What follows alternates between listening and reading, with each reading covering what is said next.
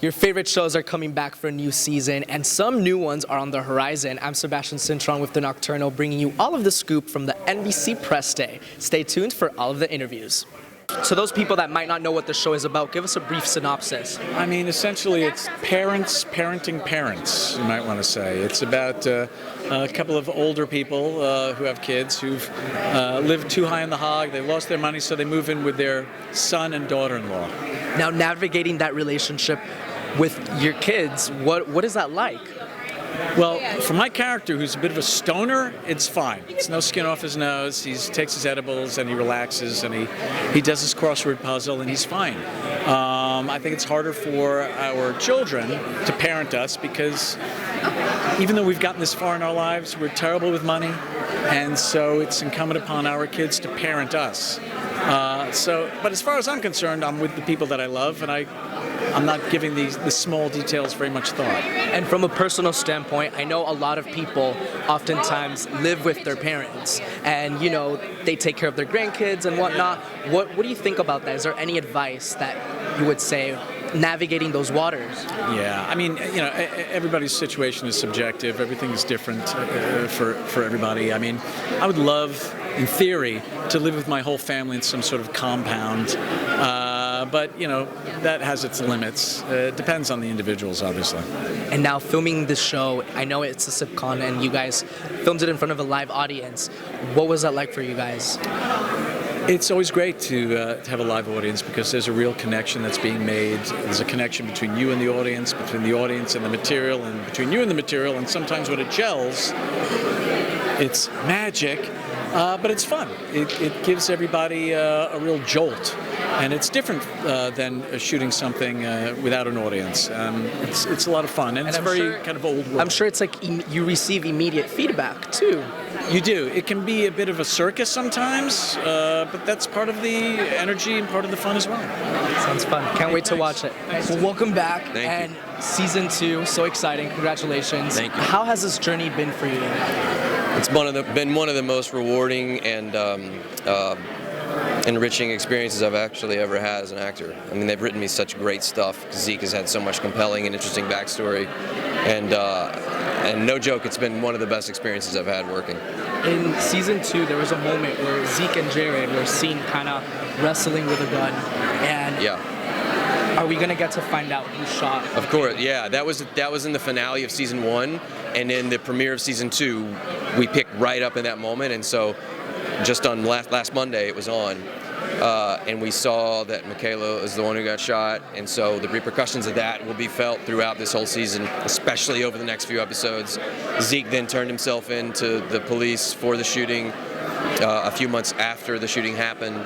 So that will continue to play out, and then. Some of the things that happened to help Zeke out in that situation have huge repercussions for MICHELE and Zeke and Jared, the family, all that. What can fans expect the rest of the season with your character? Well, Zeke has this looming death date, so his story this year is all about redemption, faith, love, helping when he can. Yeah, there's a lot of really compelling things that happen to Zeke this season. The biggest things that can happen in a person's life happen to Zeke this season. Is there a specific message you think audiences will take away from this season? Yeah, I think redemption, faith. Yeah. I think they're giving me the wrap, but okay. It's very nice to meet you. Nice to meet you. Season 2, how exciting is it? People love it. People are shaking, people are shook. They are shook. They are shaking in their boots. They love it, and I love creating a story, and I love, not creating a story, I love telling a story that people, our showrunner Jeff Rake, have created, and our writers. It's absolutely amazing, and I think that this season is just great, and people are totally not gonna expect what's happening. It comes totally random. We're not ready, you guys. No. When I tell you, I know what happens, and I, watching it, am gonna be like, oh my god. Like, no, it's crazy. The thing is that we're already shook with this whole death date situation going on. Mm-hmm. Tell me, how does that take a toll on your character? Not good. All of this season, it goes through a total downward spiral. Which, you know, she learns life lessons from it, and is it the most amazing season for Olive happiness-wise? No. She makes some interesting decisions, but you know, it's an incredible story, and people are gonna love it. And we're gonna have to see it, and people are gonna be on the edge of their seats. There is so many unexpected twists and turns this season, and I really cannot wait for people to see it. I don't think people are ready, huh? I don't either. If you saw last Monday, the season premiere, when I tell you it did not do this season justice, it didn't. You are not prepared. We're not prepared, but it's a new year, and the show is called Manifest. So what I want to know is, what are you manifesting for 2020? Oh, jeez. Season 3. Season 3, always. Listen, from your words to God's ears, right? Yes, season 3, Manifest.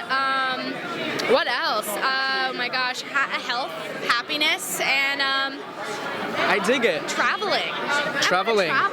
Speaking of traveling, do you have an airplane routine? Have you seen those airplane routines on YouTube lately? Yeah. Well, see, here's Do you wipe your seat down with that? Okay. Do you do your face mask? Yeah, so I travel a lot, okay? I live in LA and Manifest shoots in New York. I am literally traveling maybe every 2 weeks back from coast to coast. And under eye masks.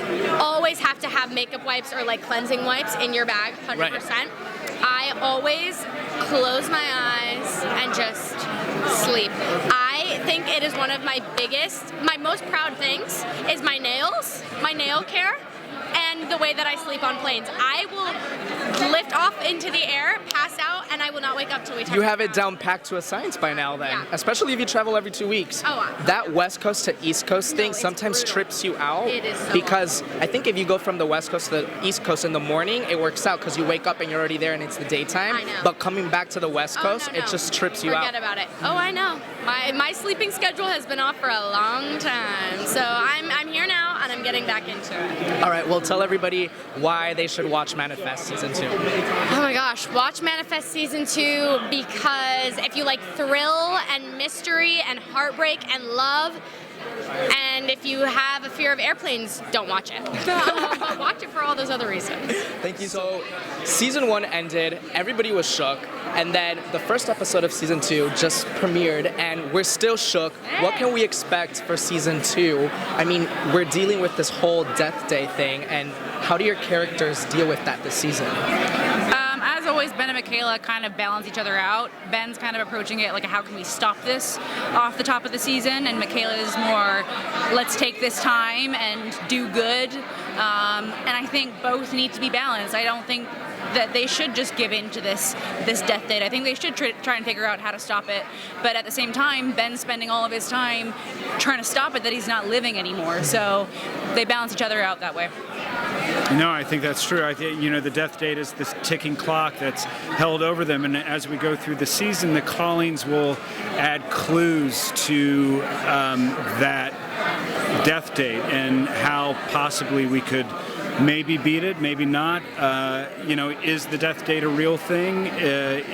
So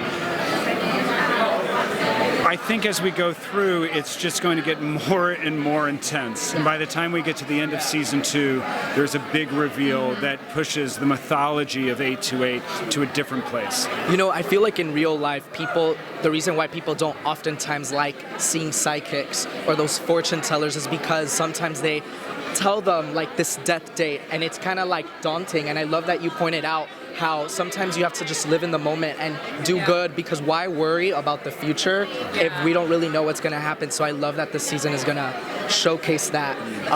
It's 2020, it's the new year, and the show is called Manifest. So I have to ask you guys, what are we manifesting for 2020? Ooh, another season. Right? Season 3. Another for sure. Season 3. All right, thank you guys so much. you. Nice to meet you. Council of Dads is a family drama about a family who is very close-knit, and the dad finds out that he has cancer. And amongst that, dealing with treatment and everything, he decides to elect a council just in case he won't be able to be there to support the family. Kind of like having a goddad and a godmom, like godparents, because I guess, that's kind of it. But in this case, that's kind of cooler because you don't have just two people, you have multiple people. And tell me a little bit about the difference of that. It's really cool, actually, because each dad has such a personality and such a unique talent about them. You have the older, wiser Larry, who is a businessman, very straight to the point.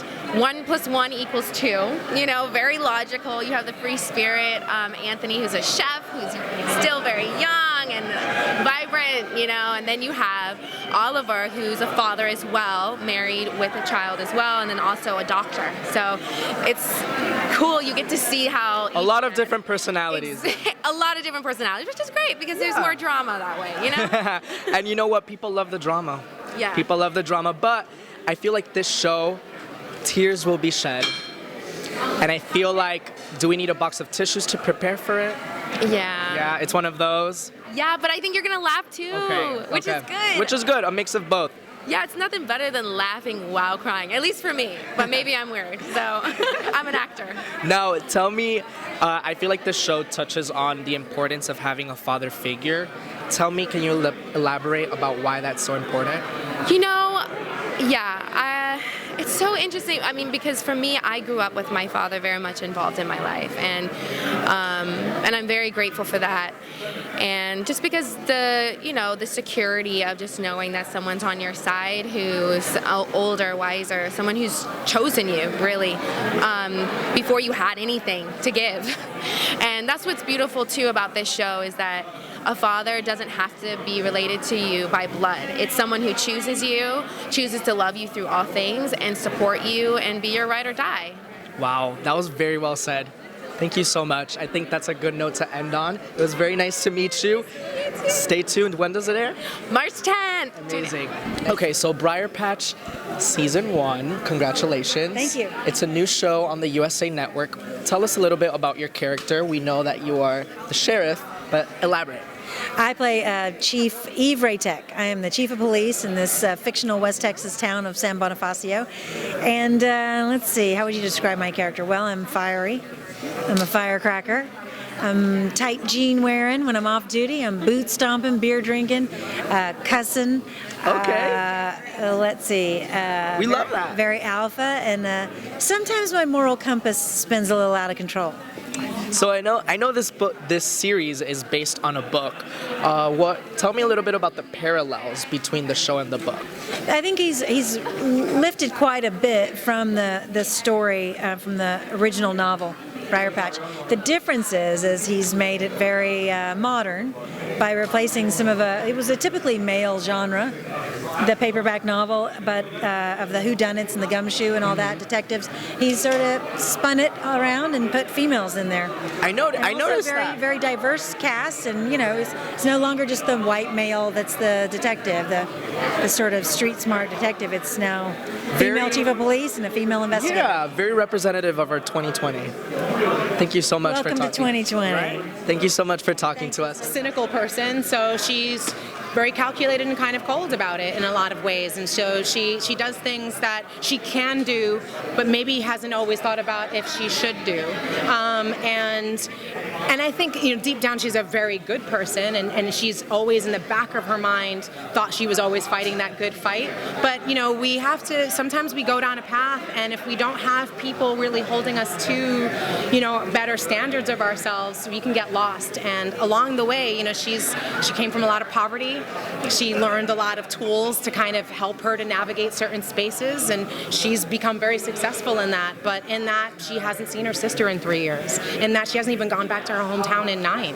She doesn't have any close friends. She doesn't have there's no way to really thrive in that kind of environment. And she has to recognize how powerful and capable she is, and also how much she can change and develop and transform situations in ways that she didn't necessarily think she could. Amen.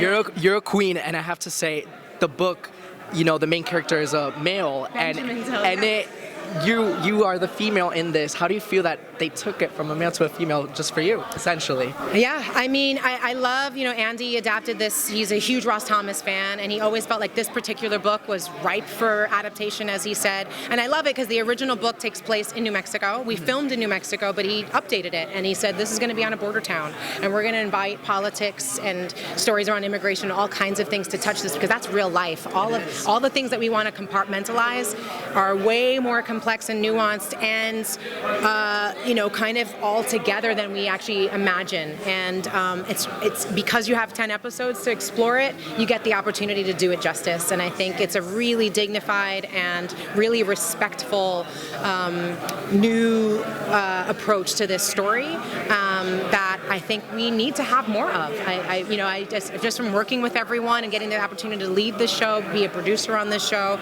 I could say after a very long career, I've never experienced anything like this, and I'm just really glad I never gave up back in the day, because I would have missed out on this chance, and it's really profound. Well, congratulations. Yes. We can't wait to see it. And we hope Larry gets justice for her sister, so yeah. I do too. Thank you so much. All right, you guys, thank you so much for watching. I'm Sebastian Cintron with The Nocturnal. If you like this video, don't forget to like, comment, and subscribe. Until next time.